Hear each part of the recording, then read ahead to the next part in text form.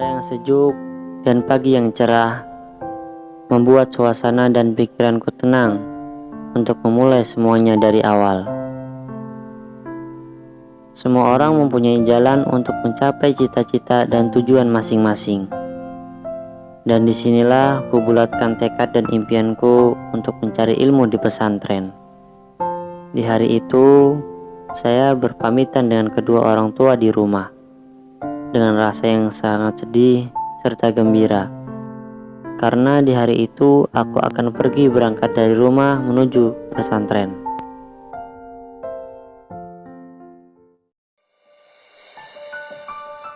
Berangkatlah aku dan ayahku untuk mengantarkanku pergi menuju pesantren.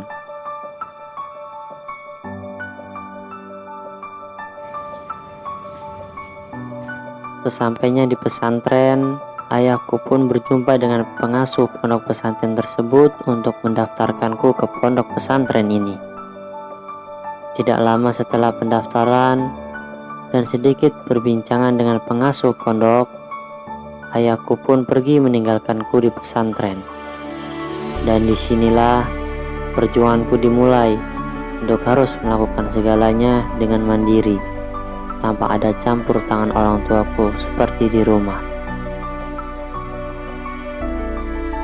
Di suasana yang baru, lingkungan baru, tempat baru, serta orang-orang yang baru, inilah tempat di mana aku akan mendalami ilmu agama dan Al-Quran.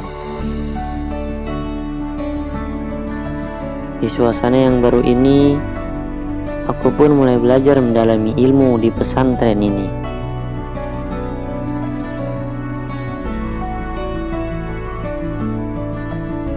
Walaupun sedikit sulit untuk dipahami, namun aku harus tetap semangat demi masa depanku.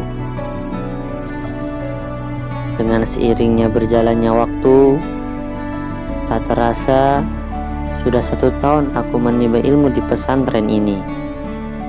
Hari-hari ku isi waktu luangku dengan membersihkan halaman pesantren dan memberi makan kambing milik kiaiku. Awalnya aku di sini hanya mondok saja karena tidak ada biaya untuk pendidikan sekolah. Tetapi melihat temanku dan santri yang lain setiap pagi pergi berangkat ke sekolah, di situ aku mulai merasa sedikit iri dengan mereka. Aku pun lanjut berbenah pondok sampai akhirnya teman-temanku pulang sekolah.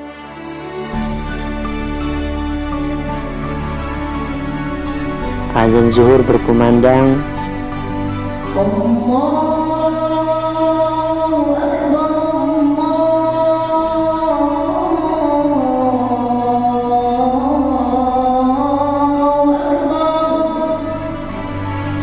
Selesai pada sholat, santri-santri pun pergi ke kantin untuk makan siang.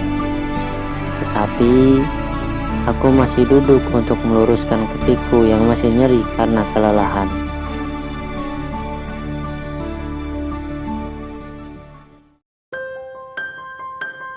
Dan waktu pun sudah menunjukkan waktu siang. Aku pun teringat akan persediaan rumput makan kambing yang akan habis. Aku pun bersiap-siap dengan temanku yang sering bersamaku untuk mencari rumput.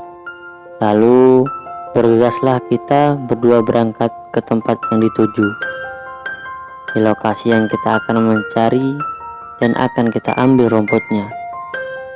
Ku sasak rumput itu dan ku masukkan ke dalam karung bersama teman dekatku.